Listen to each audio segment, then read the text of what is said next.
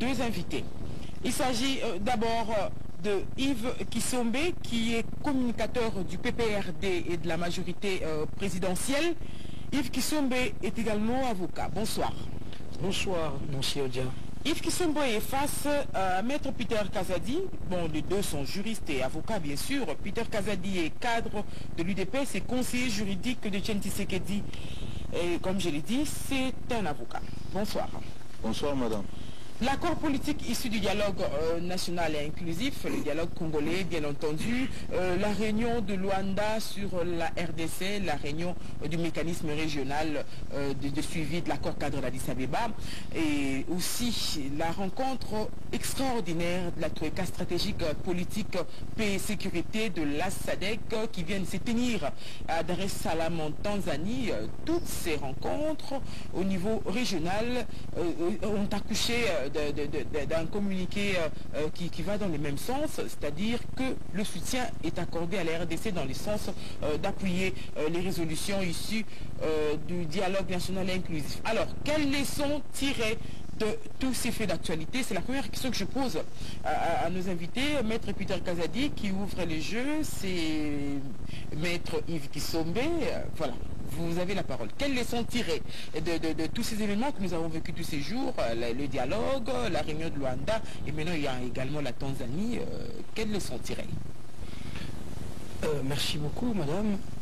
La première leçon, c'est certainement, de toutes ces réunions africaines, l'affirmation nécessaire et désormais, j'allais dire, incontournable du leadership africain dans la résolution des problèmes des pays africains, des problèmes sous-régionaux, régionaux. C'est l'African ownership. Les Africains veulent s'approprier leur continent, le devenir de leur population et de leurs États. C'est la fierté africaine, c'est la réponse à cet appel de la nécessité pour les Africains de ne plus voir les Asiatiques ou les Occidentaux être au premier rang du pilotage des règlements des problèmes en Afrique. Il y a des questions sous-régionales comme, vous l'avez rappelé, le mécanisme régional de suivi de l'accord cadre d'Addis Abeba, qui préconisait, vous le savez, le dialogue, le respect des valeurs démocratiques, de la souveraineté de la RDC également. Eh bien, ce sont les Africains, à différents niveaux, l'Union africaine elle-même, vous le savez, qui est très préoccupée par la souveraineté des peuples africains. Eh bien, je crois que à Luanda, comme à Dar es Salaam, comme partout ailleurs, les Africains affirment leur panafricanisme sans chauvinisme excessif. Mais je crois qu'il est temps que les Africains donnent la chance à chaque État, à chaque sous-région, de pouvoir faire avancer l'Afrique, et c'est ce qui se fait dans le respect des valeurs démocratiques, dans le respect des droits de l'homme et dans le respect de la souveraineté de nos États. En RDC, un accord politique a été trouvé à l'issue d'un dialogue.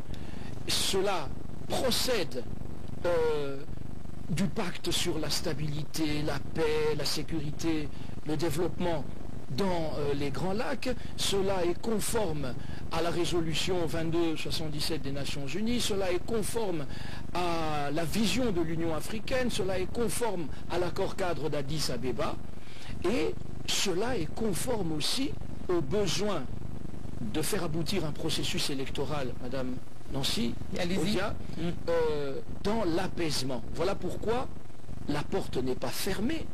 Il ne s'agit pas de rejeter ceux qui n'ont pas pris part à ce dialogue et qui sont des forces politiques et sociales qui comptent. La passerelle du dialogue est toujours maintenue, et en tant que patriotes, en tant que citoyens épris de paix, nous au PPRD, nous à la majorité présidentielle, nous continuons à croire à la paix, à croire à cet espoir qu'il faut toujours entretenir pour nos populations. Voilà pourquoi la main reste tendue envers mon co-débatteur de ce soir et la famille politique qu'il représente. Ok. Maître Peter Kazadi, même question.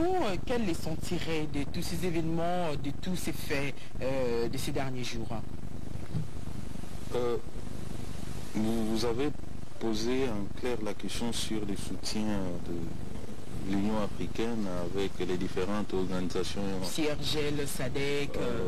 Les organisations régionales par rapport à l'accord ici des camps tchatchis.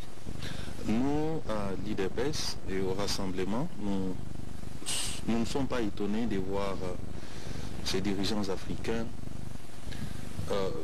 unis à travers ces différentes organisations régionales, non pas sur base des valeurs démocratiques, comme tente de le dire mon co-débatteur Yves Kisombe.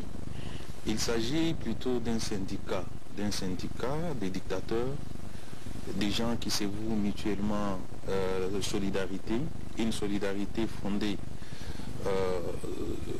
pas sur des valeurs de démocratie, mais sur la défense des intérêts personnels, au détriment des intérêts communs de la population.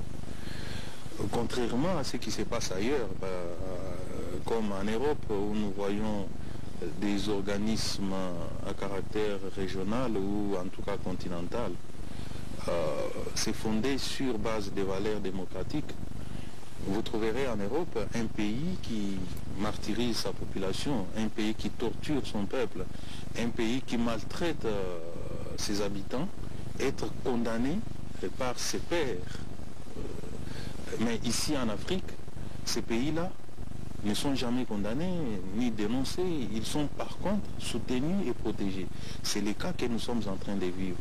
Comment comprendre, madame, qu'un chef d'État en fin mandat, c'est lui qui a épuisé constitutionnellement le nombre de ses mandats, qui est prêt à quitter le pouvoir et qu'il organise un semblant de dialogue pour obtenir la prolongation de son mandat, ou en tout cas obtenir un autre mandat, au détriment de la Constitution, au détriment de toutes les valeurs démocratiques, toutes les valeurs de respect des droits de l'homme, que celui-là puisse bénéficier des soutiens d'autres pays, en tout cas démocratiques. Je n'imagine pas que cela soit possible dans un autre continent, dans les continents africains.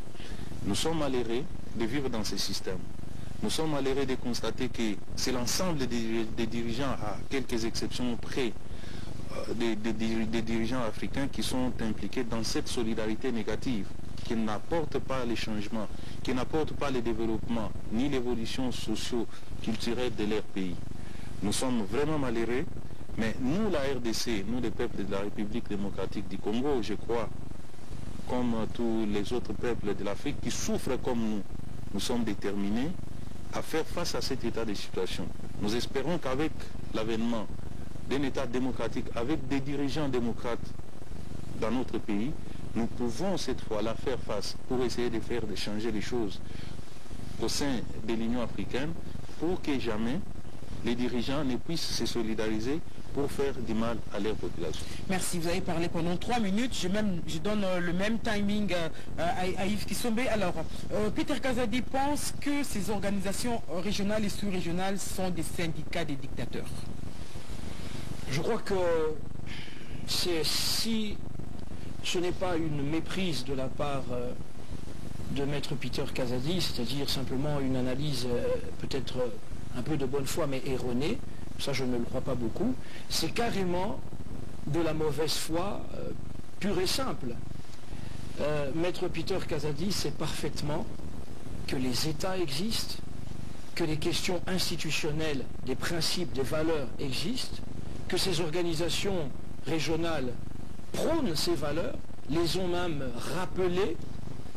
Je ne vois pas où Maître Peter Kazadi, en spécialiste de l'analyse qu'il est en tant qu'avocat, peut me montrer la preuve d'une dérive dictatoriale de la part des États africains dans ces organisations régionales et au niveau de l'Union africaine.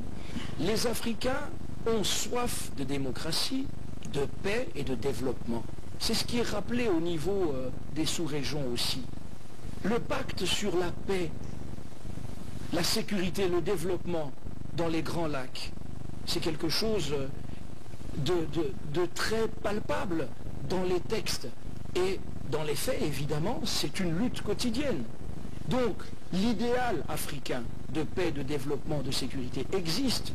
Et ce n'est pas juste de la part de Maître Peter Kazadi de circonstancier aussi négativement les choses en prétendant qu'il s'agirait simplement d'un syndicat de chefs d'État.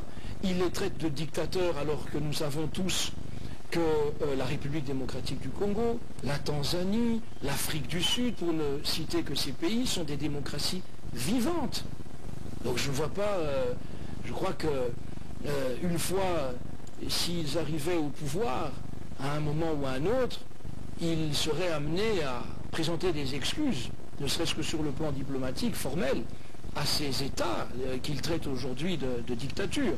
J'espère qu'il va le faire. Non, je crois que Maître Peter Kazadi est un peu dans un discours anachronique. Hein, l'époque des dictatures est passée en Afrique. Nous avons des pays souverains, même le Rwanda et le Congo-Brazzaville, où un référendum a eu lieu changeant la constitution et des élections ensuite qui ont permis la réélection de Paul Kagame et de Denis Sassou Nguesso, nous les observons avec le respect de leur souveraineté. Le respect de leur souveraineté. Qui sommes-nous pour juger du choix des peuples africains qui ont droit à l'autodétermination? L'autodétermination des peuples, ce n'est pas la détermination par notre fait. Si on considère que les peuples ont droit à l'autodétermination, cela signifie qu'il ne nous appartient pas, selon que nos États réunis soutiennent une ligne qui n'est pas la nôtre au départ, de les traiter de dictature. Je crois que c'est une erreur de la part de l'UDPS, du Rassemblement, de qualifier ainsi l'Afrique et les Africains, parce que demain, lorsque ces mêmes pays, ces mêmes chefs d'État rappelleront des choses qui compteront pour l'UDPS, le langage changera certainement. Et d'ailleurs, ces pays africains, ces chefs d'État, n'ont pas désavoué Maître Peter Kazadi, le président Etienne Tshisekedi, le Rassemblement. On ne les a pas désavoués, on les a exhortés à l'esprit de paix et au dialogue permanent. Donc, ils n'ont pas été attaqués. Alors je ne comprends pas pourquoi Maître Peter, sur ce plateau, s'en prend aussi violemment à des pays africains et à leurs dirigeants. Je crois que la stature d'homme d'État qu'il a certainement, qu'il est appelé à avoir en tant que cadre d'un grand parti, d'un très grand parti dans le pays, ne permet pas qu'il qualifie les États africains, les pays voisins de cette façon-là. C'est vraiment regrettable, mais ça dénote toujours de cet extrémisme que nous déplorons au niveau de ce grand parti, de cette grande famille politique qui est appelée à un sursaut patriotique aussi. Nous étions pourtant bien partis, vous vous souvenez, Maître Peter Kazadi, lorsque à Ibiza, ailleurs, nous avions pris la bonne direction avant que des forces occultes. C'est l'UDPS qui portait à bras le corps l'idée du dialogue. Tout à fait. Et Maître Peter va tout à fait. J'entends encore le désormais secrétaire général adjoint, maintenant, que je félicite au passage pour sa nomination, mon frère Félix Tshisekedi Tshilombo, je l'entends encore prôner le dialogue face à cette partie de l'opposition qui ricanait et qui refusait le dialogue. Donc l'UDPS, c'est une force de dialogue et nous souhaiterions qu'elle revienne au bon sentiment. Mais malheureusement, quelque chose est passé par là, des forces occultes. D'abord l'île de Gorée, ensuite Genval. Des millions de dollars, nous raconte-t-on, de financement de ce nouveau mouvement, de ce nouvel élan. Je crois que tout cela n'est pas digne du président Etienne Tshisekedi qui doit se ressaisir.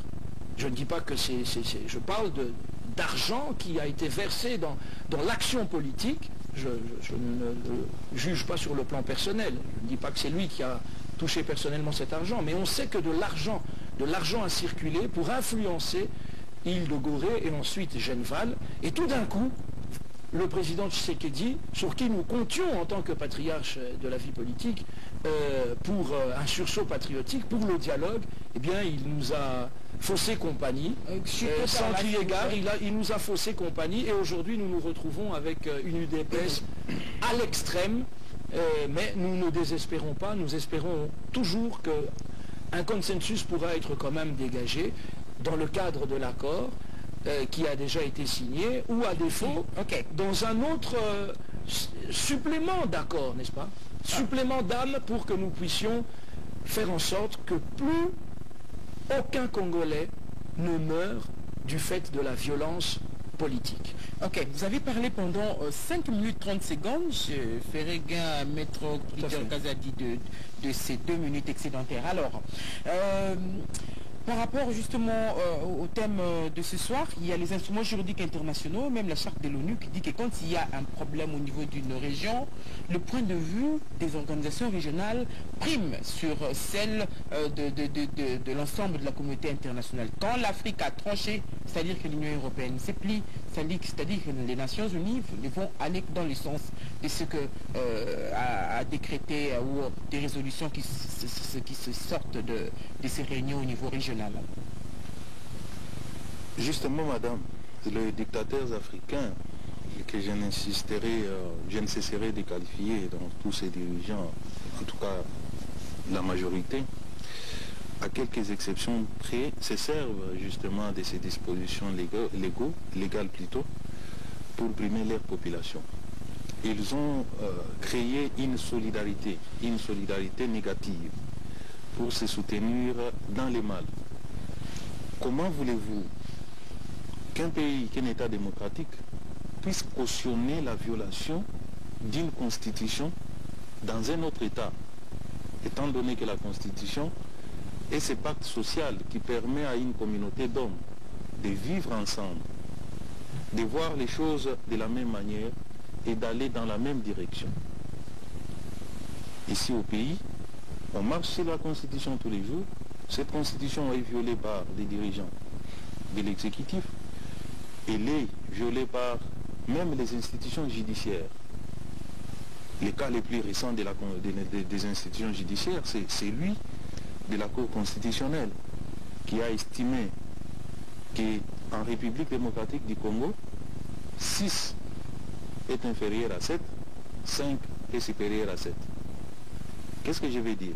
Oui, allez-y. Cette Cour, dont la loi exige que pour siéger, il faut au moins 7 juges, se retrouvait un jour avec 6. Elle s'est rendue compte qu'avec 6, on ne pouvait pas siéger, puisque 6 était inférieur à 7. Les jours suivants, ils se sont retrouvés à 5. Et ces jours-là, ils vont décider de siéger, considérant que 5 était supérieur à 6 et égal à 7, ou même supérieur à 7. Des violations comme ça, vous voyez un autre État qui se prétend être démocratique venir au nom de la solidarité soutenir de telles violations, les violations dressées contre toute une population, tout un peuple. Vous ne pensez pas que le discours de l'UDPS aujourd'hui reste un peu statique, dans ce sens que vous n'évoluez pas? Aujourd'hui, même la communauté internationale ne parle plus du délai constitutionnel, vous parle juste de raccourcir un peu le processus vers les élections, c'est-à-dire de l'écourter un peu pour avoir ces élections en 2017. On ne parle plus du délai constitutionnel. Pourquoi le parti n'évolue pas? L'UDPS n'évolue. Si évoluer pour vous, madame, égal à cautionner les violations. Donc on viole, vous dites non, nous fermons les yeux, l'essentiel est d'avancer. Si c'est cela évoluer, l'UDPS n'évoluera jamais. Nous restons attachés à des principes démocratiques, à des valeurs démocratiques. Puisque nous pensons que ce n'est qu'en respectant ces valeurs que nous pouvons aller de l'avant. On ne peut pas construire sur du sable. Si la fondation est fausse, tout ce que vous allez élever comme mur sera condamné à s'écrouler un jour. Ici, j'étais en train de vous illustrer les violations flagrantes. J'ai dit d'entrée du jeu qu'un chef d'État en fait mandat, il organise un monologue dans un camp militaire, il s'octroie un mandat supplémentaire de plus d'1 année. Et un autre pays dit démocratique vient cautionner au détriment des aspirations du peuple de ce pays, qui ne voudrait pas voir sa constitution violée.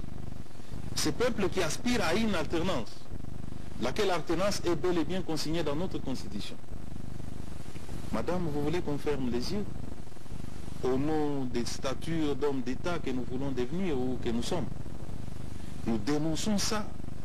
Et si, c'est ce qui me réconforte, si le peuple burkinabé avait entendu les conseils de cette Union africaine, de ces institutions régionales, Blaise Compaoré serait aujourd'hui au pouvoir. Le peuple est souverain, madame.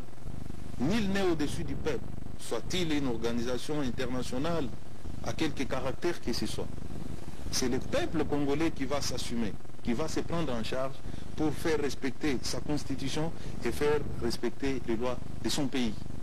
Ceux qui sont au pouvoir aujourd'hui ne sont que des délégués du peuple.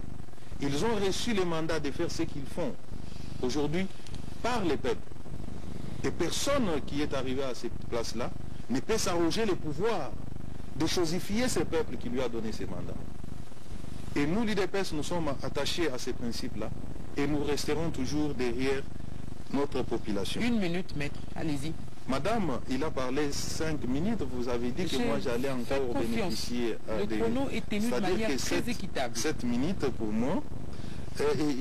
Yves Kisombe reconnaît qu'il est consigné, il est fait appel à des valeurs démocratiques dans différentes chartes de ces institutions à caractère international ou régional. Mais dans les faits, rien n'est fait. Rien n'est fait dans les faits.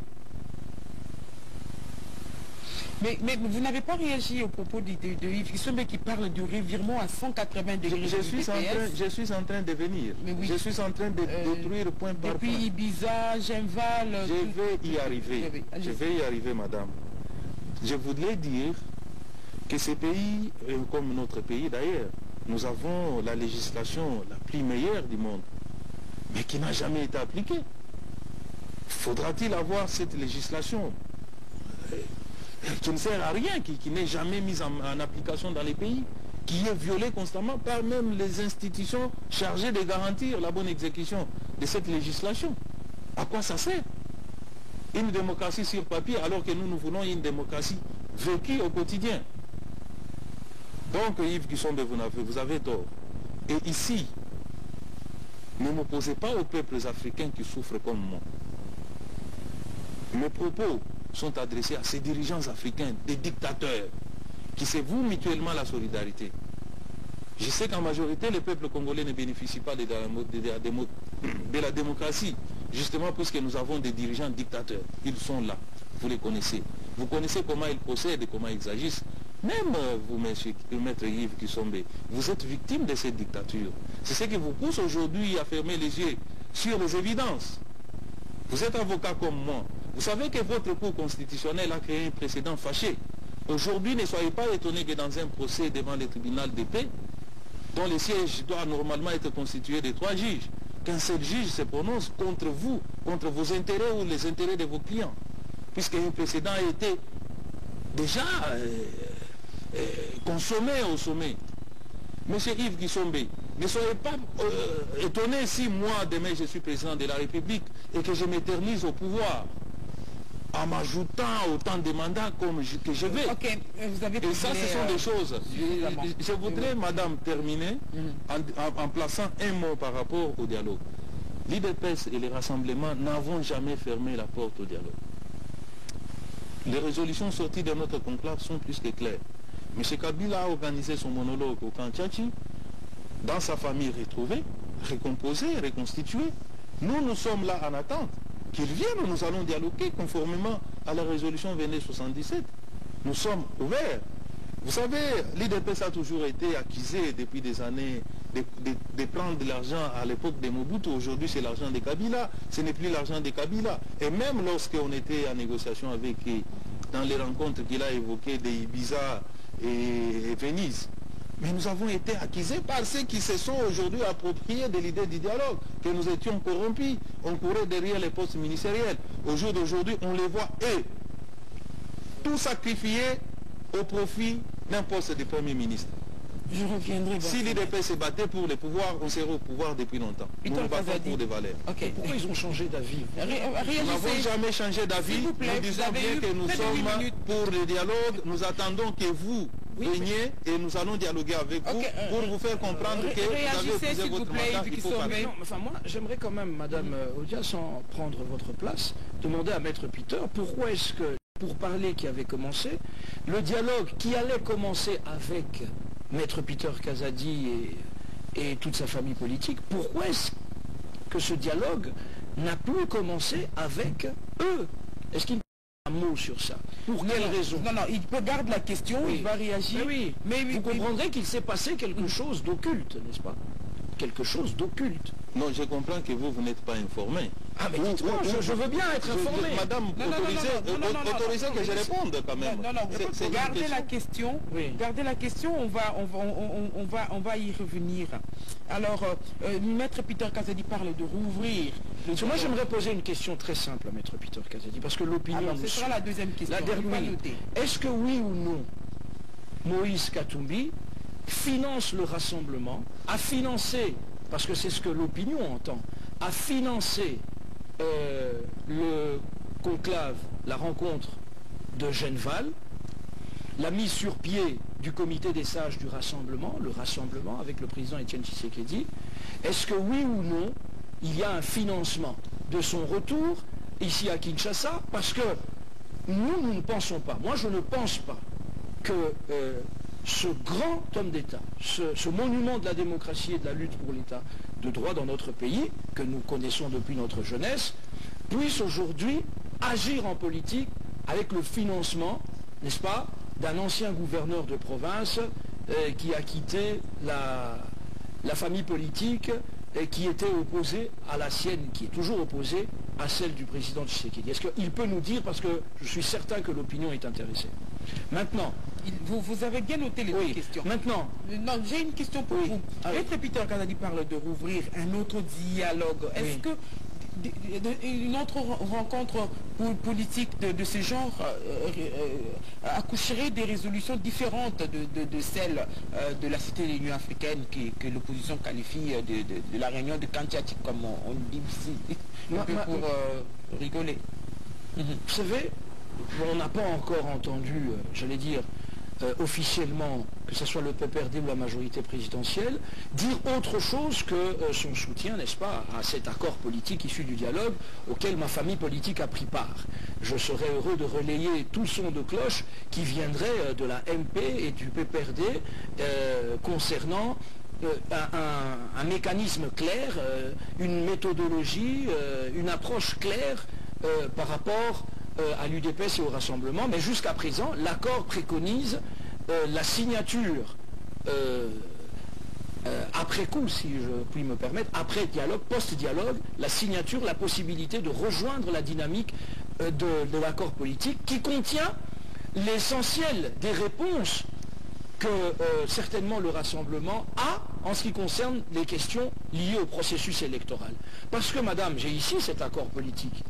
Et Maître Peter Kazadi, en homme avisé qu'il est, sait certainement que la plupart de ses opinions concernant le fichier électoral, la séquence des élections, le calendrier électoral, les mesures d'équité et de transparence, quand dans cet accord, il est recommandé au gouvernement, donc au pouvoir en place, de donner des signes de décrispation encore plus nombreux, encore plus forts, n'est-ce pas la position du rassemblement?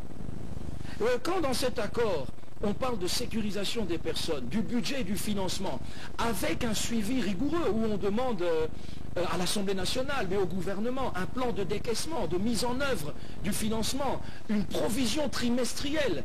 C'est beaucoup d'argent. Je ne pense pas. 1,5 milliard de dollars. Je ne pense pas, oui, je ne pense pas, avec une provision trimestrielle à l'avance, un suivi au niveau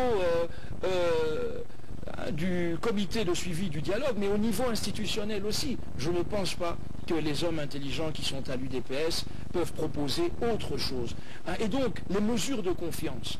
les institutions de la République et notamment la co-gestion de cette période pour que tout le monde soit sécurisé dans le suivi par rapport au processus électoral. En fait, cet accord politique du 18 octobre 2016 vide l'essentiel des préoccupations du Rassemblement et de l'UDPS. Nous sommes désormais uniquement dans des postures politiques, dans des égos, dans des calculs politiques aussi que nous comprenons bien.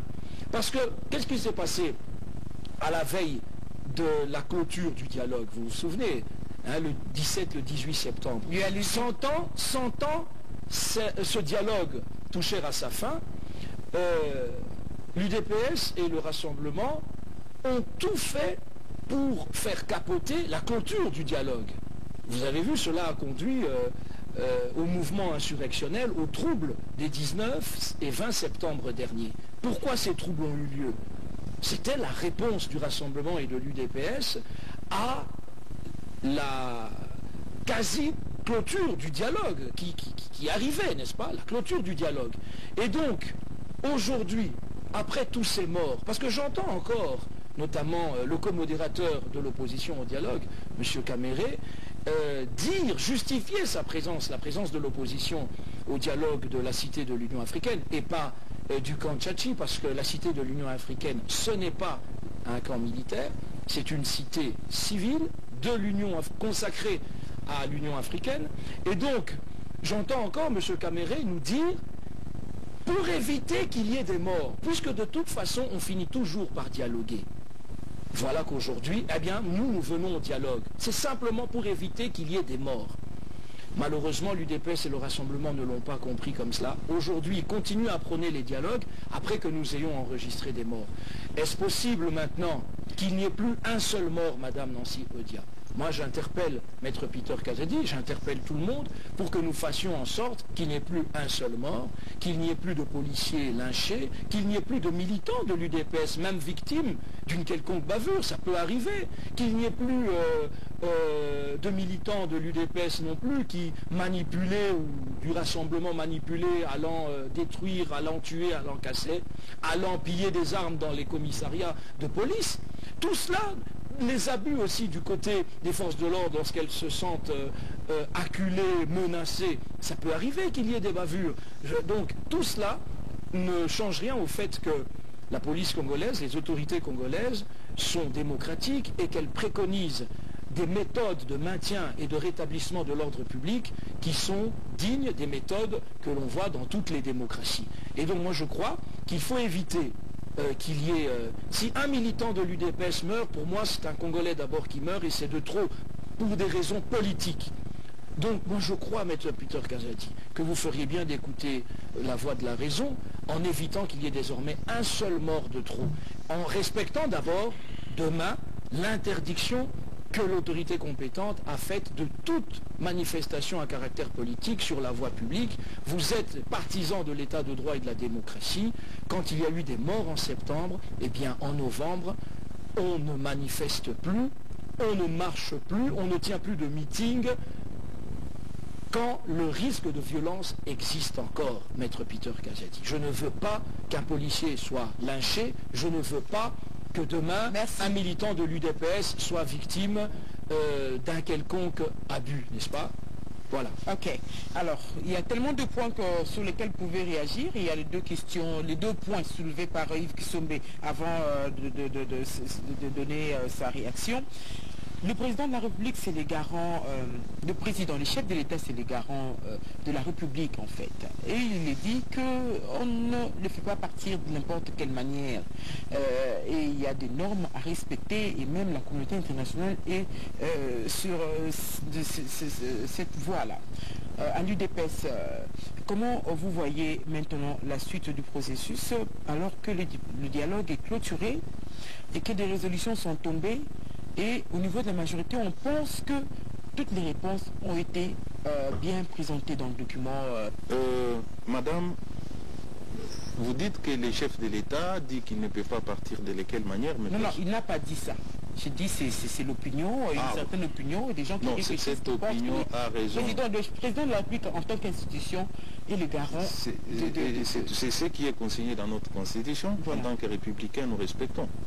Seulement, la même constitution pose des principes prévoyant les cas dans lesquels le mandat du président de la République prend fin. Et ici, si ce n'est pas par la mort, par la démission, mais c'est aussi par les termes, l'épuisement de son mandat. M. Kabila est justement arrivé au terme de son mandat, il doit quitter. Il ne faut pas qu'on aille prier chez lui à la maison, s'agenouiller, faire des courbettes pour qu'il comprenne que la Constitution lui impose de partir. Il n'y a pas de cérémonie à faire pour ça.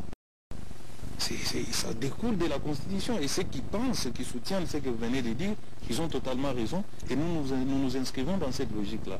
Nous ne sommes pas dans une logique de... On le ferait partir notamment par des élections. Bien sûr, s'il avait organisé les élections avant la fin de son mandat. Notre Constitution est plus que clairvoyante.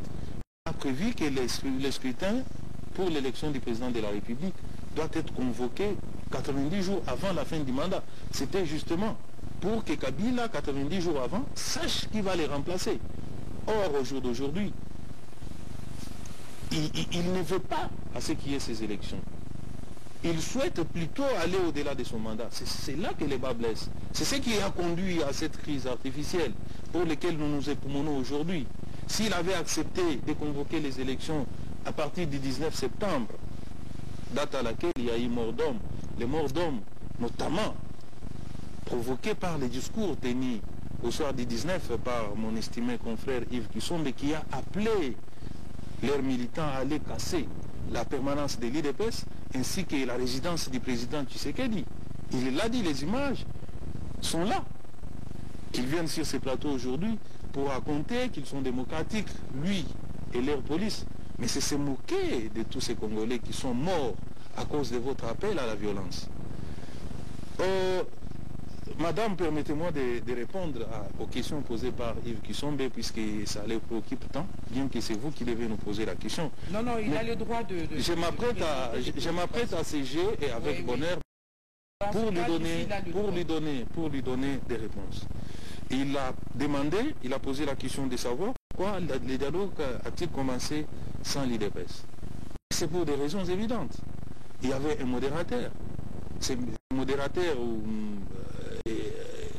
Edem Kodjo, qui était censé être l'église au milieu du village. C'est monsieur que nous avons, nous, l'IDPS, accueilli avant même que toute la classe politique de l'opposition ne les reçoive. C'est monsieur en qui nous avons placé notre confiance, quand bien même que nous connaissions de quelle manière il a été désigné à ce poste par les amis de M. Kabila dans de leur syndicat. Mais ce monsieur nous a surpris au moment où nous étions encore au niveau des préalables. Nous lui avons donné notre cahier des charges. Il est de principe qu'un modérateur établit le pont entre les deux parties en conflit. Celui-ci lui remet le cahier des charges qu'il transmet à l'autre partie et puis ramène la réponse. Depuis que nous avions donné ce cahier des charges à ce monsieur, il était parti pour du bon. Et à notre grande surprise, c'était nous convoquer à une réunion, au dialogue proprement dit, sans résoudre au préalable nos questions posées. Voilà ce qui nous a poussé à les réquiser. En les réquisant, nous n'avons pas fermé la porte au dialogue. Nous avons demandé qu'on les remplace par d'autres personnes et que nous puissions aller au dialogue. M. Kabila s'est accroché à cette personne. Je comprends qu'il y avait déjà des choses qui ont été libérées et qu'on ne voulait pas perdre. Il fallait que le monsieur... Prenez la deuxième question. Il fallait que le monsieur aille jusqu'au bout. Donc, si le rassemblement ne s'est pas retrouvé au dialogue avec les camps de M. Kabila, c'est pas la volonté de M. Kabila lui-même. Est-ce que l'argent a circulé dans l'Union? On parle de l'argent, madame. Je venais de vous dire, madame, que c'est depuis Mobutu, c'est depuis Mobutu que l'IDPS, Etienne Tshisekedi, ont été toujours taxés de recevoir des cartons d'argent. Et cela n'a jamais empêché que nous puissions combattre Mobutu jusqu'au jour de sa fuite. Et là, ça m'étonnerait qu'un pouvoir puisse financer un opposant qui lui fait mal. Je vois comment Yves Kisombe transpire chaque fois que nous annonçons nos manifestations. Comment les gouverneurs de la ville se poumonent pour empêcher un autre exercice de l'exercice de nos libertés. Mais qu'un pouvoir aussi mis en mal par cet opposant historique continue à les financer. Aujourd'hui, ce n'est plus Kabila qui donne, ce n'est plus les pouvoirs qui donnent l'argent à l'IDPS, à Tshisekedi, c'est Moïse Katumbi. Monsieur Yves Kissombe, l'IDPS existe 34 ans déjà. Moïse Katumbi n'a pas existé à l'époque où les combats de l'IDPS avaient commencé. Nous avons bravé les dictatures les plus féroces, notamment celle de Mobutu et de Laurent Désiré Kabila. Moïse Katumbi n'était pas à nos côtés. Ne réduisez pas les combats de l'IDPS aujourd'hui à l'argent de M. Moïse Katumbi. L'IDPS n'organise pas les manifestations avec l'argent comme vous les croyez, comme vous sortez des millions de caisses de l'État pour distribuer à la population afin de venir à vos manifestations. À l'IDPS, c'est la conscience nationale, c'est l'amour de la patrie. C'est des gens qui collent les maloukou à pied pour rejoindre nos lieux de rencontre, sans recevoir un seul rond. Alors aujourd'hui, vouloir réduire l'IDPS, subordonner l'action de l'IDPS à l'argent qui sortirait de la poche de M. Katumbi, c'est insulter ce combat que nous avons mené depuis 34 ans. Avec votre père d'ailleurs qui était en face de nous. Lui au moins connaît comment l'IDPS fonctionnait. Il vous dira que l'IDPS ne recevait jamais un seul rond du pouvoir. Aujourd'hui, développer cette thèse-là, c'est de l'insulte tout simplement. Et vraiment, vous cachez